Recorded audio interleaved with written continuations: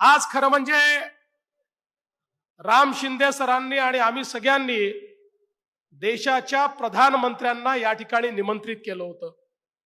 पण ज्यावेळी मी प्रधानमंत्र्यांना भेटलो आणि शिंदे सरांचं पत्र दिलं आणि सांगितलं की साहेब 300वी जन्मजयंती आहे, आपण चोंढीला आलं पाहिजे, त्यावेळेस प्रधानमंत्री मला म्हणाले माझ्यासमोर प्रश्न होता, एकीकडे जन्मस्थळ होतं आणि दुसरीकडे कर्मस्थळ होतं। देवेंद्र, यावेळी मी पुण्यश्लोक अहिल्या देवींच्या राजधानीत कर्मस्थळावर सभा घेण्याचं ठरवलेलं आहे, पण पुढच्या वेळेस जन्मस्थळावर नक्की मी त्या ठिकाणी येईन, अशा प्रकारचा विश्वास। आणि म्हणून आज आपण बघितलं असेल, मध्य प्रदेश सरकारनेही अतिशय भव्य सोहळा हा त्या ठिकाणी पुण्यश्लोक अहिल्या देवींच्या 300व्या जयंतीचा ठेवलेला आहे। आणि त्या ठिकाणी आज देशाचे प्रधानमंत्री हे पुण्यश्लोक अहिल्या देवींचा गौरव करण्याकरता उपस्थित होते। आम्ही राष्ट्रपतींकरता देखील प्रयत्न केला, थोडा आम्हाला उशीर झाला होता, त्यामुळे राष्ट्रपती महोदयांकडनं देखील आम्हाला हाच संदेश मिळाला की जे काही वेदर अपडेट्स त्यांच्याकडे आहेत त्यामुळे इतक्या तातडीनं तो प्लॅन करता येणार नाही। आणि त्यांनी आम्हाला सांगितलं, उलट मला तर त्यांचे सचिव असं म्हणाले की आमच्या राष्ट्रपती महोदयांना फार आवडेल, त्यामुळे तुम्ही इतक्या घाईने तर हा करता येणार नाही, कारण राष्ट्रपतींच्या कार्यक्रमाकरता खूप अनेक गोष्टी कराव्या लागतात, पण एक स्वतंत्रपणे जर तुम्ही आम्हाला कार्यक्रमाला बोलवलं तर निश्चितपणे आम्ही त्या कार्यक्रमाला येऊ। त्यामुळे मला विश्वास आहे की लवकरच या ठिकाणी पुण्यश्लोक अहिल्या देवींचं दर्शन घेण्याकरता देशाचे प्रधानमंत्री पण येतील आणि देशाच्या राष्ट्रपती पण येतील। आपल्याला कल्पना आहे, हे खरं म्हणजे एक प्रेरणा केंद्र आहे, हे ऊर्जा केंद्र आहे। आणि आताच शिंदे साहेबांनी सांगितलं कशा प्रकारे लोकमाता पुण्यश्लोक अहिल्या देवी होळकर यांनी राज्याची बागडोर सांभाळली। खरं म्हणजे आपल्याला कल्पना आहे, या गावामध्येच त्यांचा जन्म झाला आणि त्या ठिकाणी जन्मानंतर इथेच त्या वाढत असताना ज्यावेळेस एकदा मल्हारराव होळकर या ठिकाणी आले आणि त्यांनी बघितलं ही लहानशी कन्या देवभक्त सुसंस्कृत अशा प्रकारची, आणि मल्हाररावांना वाटलं याच मुलीला माझी सून बनवलं पाहिजे, आणि मल्हाररावने त्या ठिकाणी त्यांचं लग्न लावून दिलं। आपण विचार करा, त्यावेळी त्या काळाच्या परंपरेप्रमाणे 7-8 वर्षाच्या केवळ अहिल्या देवी होत्या, पण त्यानंतर लग्नानंतर हळूहळू सर्व राजकारभारातलं जे जे काही शिकावं लागतं ते शिकण्याचं काम हे त्यांनी केलं। सुरुवातीला सासूबाईंकडनं, सासऱ्यांकडनं त्या ठिकाणी खऱ्या अर्थानं प्रत्येक गोष्ट त्यांनी त्या ठिकाणी शिकून घेतली। किती संकट आली बघा। मगाशी सांगितलं की पतीच्या निधनानंतर आदरणीय मल्हारराव होळकरांनी त्यांना सांगितलं की तुला प्रजेची काळजी घ्यावी लागेल, पण संकट किती यावीत, सासरे सासू पती मुलगा मुलगी जावई असे एका पाठोपाठ एक सोडून गेले, पण अहिल्या माता डळमळल्या नाहीत, कारण त्यांना हे माहिती होतं की आता माझा परिवार छोटा राहिलेला नाही, संपूर्ण राज्य हा माझा परिवार आहे, ही जबाबदारी माझ्याकडे आहे। आणि म्हणून त्यांनी ज्या प्रकारचा राज्यकारभार 28 वर्ष चालवला, या देशाच्या इतिहासामध्ये कल्याणकारी राजे जे झाले, एकीकडे छत्रपती शिवाजी महाराजांसोबत जर दुसरं नाव कुठलं घेता येईल तर ते पुण्यश्लोक अहिल्या देवी होळकरांचंच घ्यावं लागेल। आपण विचार करा, तो काळ असा होता की जगातल्या आक्रांत्यांनी भारताला लुटण्याकरता भारतावर आक्रमण केली, आणि जगातल्या या आक्रांत्यांना माहिती होतं भारताची ताकद ही भारताच्या अध्यात्मात आहे. भारताची ताकद ही भारतीयांच्या भाविकतेत आहे. भारताची ताकद इथल्या मंदिरांमध्ये, इथल्या घाटांमध्ये, या ठिकाणी त्यांना जी ऊर्जा मिळते त्या सर्व प्रेरणा स्त्रोतांमध्ये आहे. हा भाविक, या ठिकाणचा भारतीय नागरिक, याच्या भावनेला जर आपण ठेस पोचवली तर आपण भारताला गुलाम करू शकू. आणि म्हणून या सगळ्या आक्रमत्यांनी कुठे काशीचं मंदिर तोड, कुठे अयोध्येचं मंदिर तोड, कुठे कृष्णाची जन्मभूमी तोड, एकापेक्षा एक सगळे आमचे ज्योतिर्लिंग भंग करण्याचं काम आणि आमचं तेज तप भंग करण्याचं काम हे त्या ठिकाणी केलं. आणि अशा परिस्थितीमध्ये पुण्यश्लोक अहिल्या मातांनी ठरवलं, मी केवळ माझ्या राजापुरतं, राज्यापुरतं विचार करणार नाही, अखिल हिंदुस्थानाची जबाबदारी देखील माझी आहे. देव, देश आणि धर्माकरता जे हिंदवी स्वराज्य छत्रपती शिवाजी महाराजांनी तयार केलं, त्यातल्या देव, देश आणि धर्माची आता जबाबदारी माझ्यावर देखील आलेली आहे. आणि म्हणून पुण्यश्लोक अहिल्या देवींनी केदारनाथ पासनं वाराणसी पर्यंत आणि सोमेश्वर पासनं रामेश्वरापर्यंत आपली सगळी मंदिरं त्या ठिकाणी बांधून काढली, घाट बांधून काढले. आणि त्या परकीय आक्रमकांना सांगितलं, अरे तुम्ही किती आक्रमण केलं तरी आमचा देव, देश आणि धर्म तुम्ही मिटवू शकणार नाही. हा देव, देश आणि धर्म आमच्या रक्तामध्ये आहे, तो मिटवण्याची ताकद तुमच्यामध्ये नाही. हे सांगणाऱ्या जर कोणी होत्या तर त्या पुण्यश्लोक अहिल्या देवी होत्या. बंधू भगिनींनो, औरंगजेबानं त्या ठिकाणी तोडलेलं सोमनाथचं मंदिर, कुठल्याही राजाची हिंमत झाली नाही की या ठिकाणी जाऊन त्या मंदिराचा मी पुनर्निर्माण करेल. अशा प्रकारची मोगली दहशत औरंगजेबाच्या काळात आणि त्याच्या नंतर देखील होती. पण ही दहशत न जुमानता त्या ठिकाणी जाऊन ती जागा त्या ठिकाणी मिळवून आणि मंदिर बांधलं. पण मंदिर बांधताना थोडं बाजूला बांधलं, कारण त्यांना हे दाखवायचं होतं आपल्या सगळ्या भारतीयांना की अरे आता तरी शिका, आता तरी एकत्रित व्हा, तुमची मानकं या ठिकाणी तोडली जात आहेत. आणि म्हणून त्या ठिकाणी ते जे अवशेष होते ते अवशेष जाणीवपूर्वक त्यांनी कायम ठेवले. कारण पुण्यश्लोक अहिल्या मातांना माहिती होतं की जोपर्यंत आमचा भारतीय, आमचा हिंदू हे अवशेष पाहणार नाही तोपर्यंत तो पेटून उठणार नाही. आणि तो जर पेटून उठणार नाही तर अशीच त्याची मंदिरं तोडली जातील. आणि त्याच भावनेनं त्यांनी ते मंदिर तयार केलं. आणि ही गोष्ट देखील खरी आहे की आज अहिल्या मातांना अपेक्षित अशा प्रकारचा त्या मंदिराचा विकास या ठिकाणी खऱ्या अर्थानं मोठ्या प्रमाणात झालेला आपल्याला पाहायला मिळतो. ज्या प्रकारे विश्वनाथाचं मंदिर, विश्वनाथाच्या मंदिराचा मोठ्या प्रमाणात विकास झालेला आपल्याला पाहायला मिळतो. आणि त्या विश्वनाथाच्या मंदिराच्या प्रांगणात गेल्यानंतर आज ज्यावेळी आम्ही अहिल्या मातांचा पुतळा त्या ठिकाणी पाहतो, एकीकडे काशी विश्वनाथ आहेत आणि दुसरीकडे अहिल्या माता आहेत, आमचं सगळ्यांचं ऊर भरून येतं की माझ्या महाराष्ट्राची एक कन्या, या कन्येनं आमच्या धर्माला त्या ठिकाणी, आमचा महाराष्ट्र धर्म, आमचा हिंदू धर्म हा जागृत ठेवण्याचं काम आणि तो जिवंत ठेवण्याचं काम त्यांनी केलं. अहिल्या मातांचं वाक्य फार सुंदर होतं. त्या म्हणायच्या, राष्ट्रभावना आणि धर्मभावना या दोन्ही जागृत ठेवल्या पाहिजे.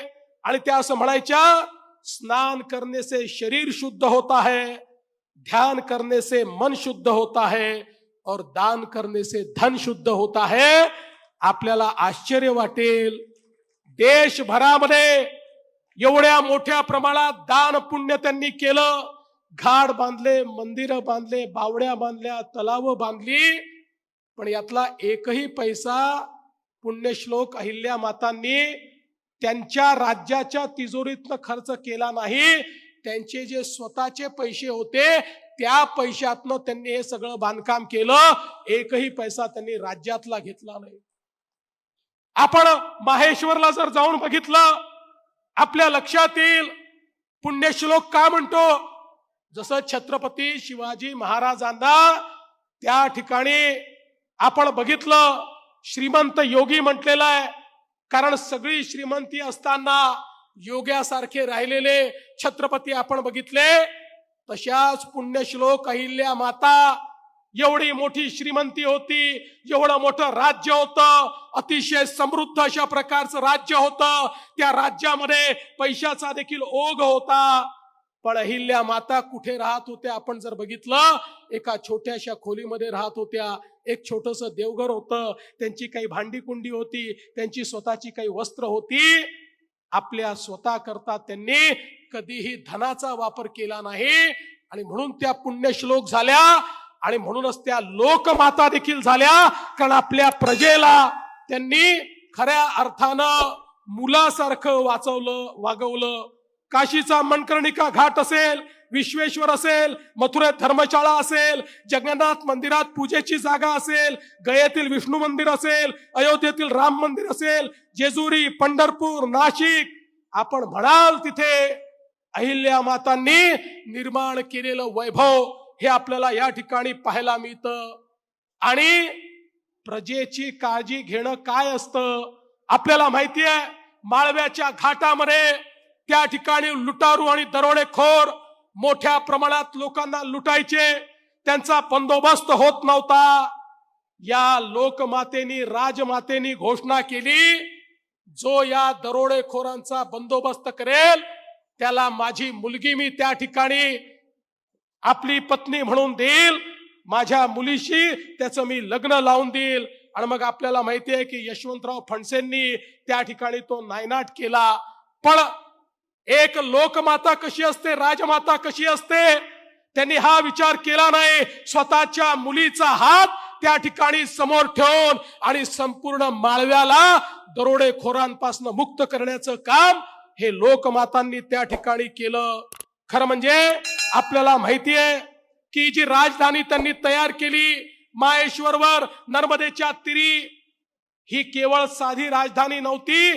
त्या राजधानीमध्ये जगभरातले, देशभरातले वेगवेगळे विद्वान त्यांनी बोलवले. त्या ठिकाणी विणकर, सोनार, वेगवेगळं काम करणारे बोलवले आणि त्यांच्या माध्यमातून मोठ्या प्रमाणात तिथल्या लोकांना प्रशिक्षित केलं, महिलांना प्रशिक्षित केलं. त्यांच्या माध्यमातून सुंदर वस्त्र तयार व्हायला लागली.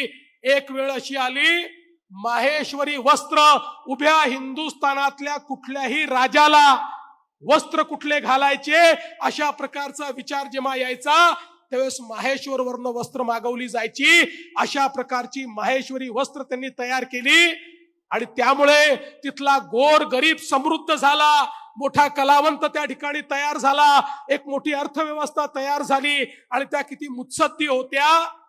त्यांनी आयात निर्याती करता वेगवेगळ्या राज्यांसोबत वकील नेमले आणि त्या वकिलांच्या माध्यमातून हा व्यापार त्या ठिकाणी चालत होता. आणि हे सगळं करत असताना मगाशी शिंदे साहेबांनी उल्लेख केला, राज्य हे सुरक्षित राहिलं पाहिजे. सुरक्षित राज्य राहण्याकरता त्यांनी शस्त्रांची आयात केली नाही.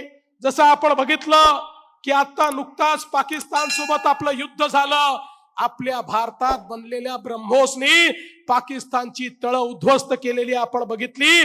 तसंच अहिल्या देवींनी देखील शस्त्रांचा कारखाना आपल्या राज्यात सुरू केला आणि इतक्या वेगवेगळ्या प्रकारच्या तोफा तयार केल्या की त्यांचं युद्ध कौशल्य आणि युद्ध सज्जता बघितल्यानंतर त्यांच्यावर कोणी हल्ला करण्याचाच विचार करणार नाही अशा प्रकारची युद्ध सज्जता त्या ठिकाणी त्यांनी तयार केली.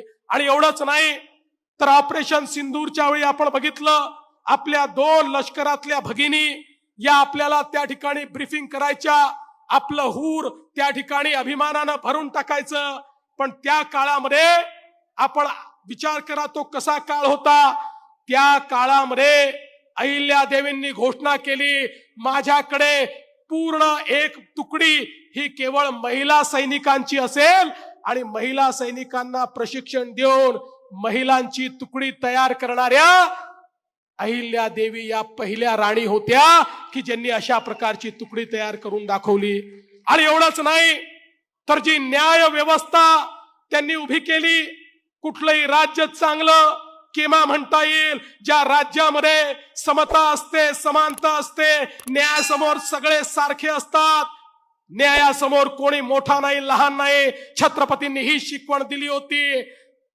अहिल्या मातांनी जी न्याय व्यवस्था उभी केली, आजचे जसे आपले कोर्ट आहेत तशा प्रकारचे निष्पक्ष कोर्ट हे अहिल्या मातांनी उभे केले.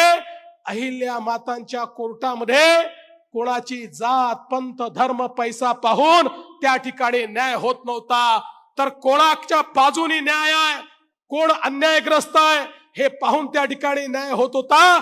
आपण अनेकांचे ग्रंथ जर वाचले तर अनेक विशेषज्ञांनी लिहिलेलं आहे, अहिल्यादेवींनी तयार केलेली न्याय पद्धती, अहिल्यादेवींनी तयार केलेली कर पद्धती, अहिल्यादेवींनी तयार केलेली कृषी पद्धती ही सगळीच आदर्श होती. अशा प्रकारच्या आदर्श आमच्या अहिल्या माता होत्या. आणि सगळ्यात महत्वाचं, त्यांच्याकडे एकदा 3-4 गरीब लोक गेले. त्यांनी सांगितलं, माता आमच्या मुलींची लग्न आम्हाला करता येत नाही. त्यांनी विचारलं, का करता येत नाही? म्हणाले, आमच्याकडे पैसे नाही, लग्नालाही पैसे नाही, आणि नवऱ्याकडचे लोक एवढा हुंडा मागतात, हुंडा द्यायचा कसा? त्याच दिवशी अहिल्या मातांनी फरमान काढलं, हुंडा देणं आणि हुंडा घेणं दोन्ही गुन्हा समजला जाईल.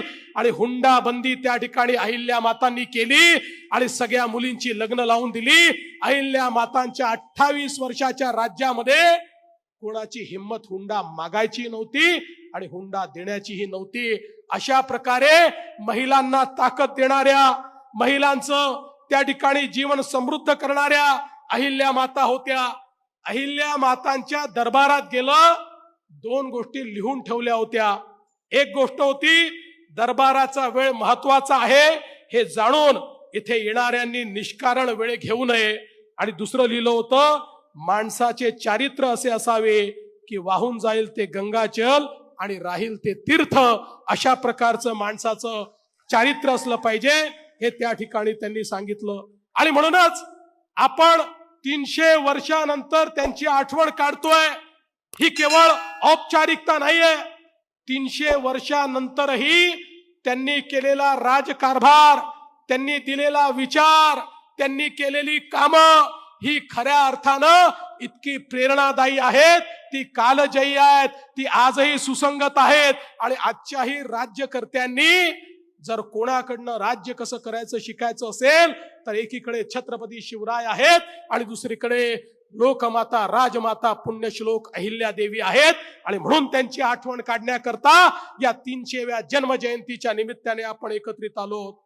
मला अतिशय आनंद आहे, आपण या जिल्ह्याचं नाव तर अहिल्या नगर केलंच, आता चौंडीमध्ये या ठिकाणी एक मोठा आराखडा आपण तयार केलेला आहे.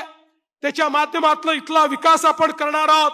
आणि त्याच वेळी संपूर्ण देशात त्यांनी मोठ्या प्रमाणात काम केलं, पण महाराष्ट्रातही अनेक घाट बांधले, अनेक विहिरी बांधल्या. आपण जर अहिल्या देवींच्या काळातल्या विहिरी बघितल्या, त्याला पायऱ्या आहेत. ती अशी बावडी आहे की ज्याचं पाणी आटत नाही. आणि अनेक तर देशामध्ये अशा ठिकाणी आहेत की आसपास दुष्काळ आहे पण त्या विहिरीला पाणी आहे. अशा प्रकारच्या पुण्यश्लोक अहिल्या मातेनी तयार केलेल्या विहिरी असतील, तलाव असतील, घाट असतील, याचं संवर्धन करण्याचा निर्णय आपण घेतला. आणि चांदवड असेल, त्र्यंबकेश्वर असेल, मल्हार गौतमेश्वर असेल, इथले जे तलाव आहेत त्याचं संवर्धन करण्याचा निर्णय आपण घेतला. आणि अहिल्या मातांच्या माध्यमातून या ठिकाणी आदिशक्ती अभियान हे आपण सुरू केलेलं आहे की ज्याच्या माध्यमातून निश्चितपणे आपण या ठिकाणी आमच्या महिलांना सक्षम करू. आणि हे करत असताना कधी कधी इतिहास फार क्रूर असतो. छत्रपती संभाजी महाराजांचा इतिहास हा जनसामान्यांपर्यंत पोहोचण्याकरता दुर्दैवाने चित्रपटाची निर्मिती झाली आणि छावा चित्रपटानंतर आजच्या पिढीला तो दैदिप्यमान इतिहास कला आधी माहिती होता, पण तो जनसामान्यांपर्यंत पोहोचण्यात कुठेतरी आपण अपयशी झालो होतो. आणि म्हणून आमच्या लक्षात आलं की सिनेमा एक असं माध्यम आहे की ज्यातनं इतिहास पोचू शकतो. आणि म्हणून आपल्या मंत्रिमंडळाने निर्णय केलेला आहे, अहिल्या मातांच्या जीवनावर बहुभाषिक कमर्शियल चित्रपट आपण तयार करणार आहोत, जो सगळ्या भाषांमध्ये त्या ठिकाणी आपण तयार करणार आहोत, जेणेकरून केवळ महाराष्ट्रात, मध्य भारतात नाही तर संपूर्ण भारतामध्ये अगदी दक्षिणेपासून उत्तरेकडे, पश्चिमेपासून पूर्वेकडे सगळीकडे अहिल्या मातांचं हे चरित्र, त्यांचं काम, त्यांचं कर्तृत्व आणि या देशावरचे आणि समाजावरचे त्यांचे उपकार हे शेवटच्या माणसापर्यंत पोहोचले पाहिजे, हा आपला निश्चितपणे या ठिकाणी प्रयत्न आहे. मी आज या निमित्ताने आपल्याला सांगतो की अहिल्या मातांकडनं आपण प्रेरणा घेऊन या ठिकाणी काम करतो आणि अहिल्या मातांनी सगळ्यात मोठं काम जर काही केलं असेल तर त्यांच्या राज्यातले जे वंचित होते, दलित होते, त्यांच्या राज्यातले जे आदिवासी होते, कातकरी होते, या सगळ्यांकरता योजना सुरू केली आणि त्यांना शिक्षण मिळालं पाहिजे, त्यांना त्या ठिकाणी रोजगार मिळाला पाहिजे, अशा प्रकारचा प्रयत्न केला. आणि म्हणून मी आपल्याला एवढंच आश्वस्त करतो की ज्या प्रकारे वंचितांकरता अहिल्या मातांनी राज्य चालवलं, आम्ही देखील हे युतीचं सरकार अशाच प्रकारे वंचितांकरता या ठिकाणी चालवू आणि त्याकरता आम्ही आमच्या जीवनाचा एक एक क्षण घालवू, ही प्रतिज्ञा आज अहिल्या मातेंच्या वतीनं समोर आम्ही सगळे या ठिकाणी करतो. आणि आपण या कार्यक्रमाकरता या ठिकाणी आम्हाला निमंत्रित केलं, पुन्हा एकदा अहिल्या मातांच्या चरणी दर्शन घेण्याची संधी दिली, त्याबद्दल आपले आभार मानतो आणि माझं बोलणं संपवतो. धन्यवाद. जय हिंद, जय महाराष्ट्र. येळकोट येळकोट, येळकोट येळकोट.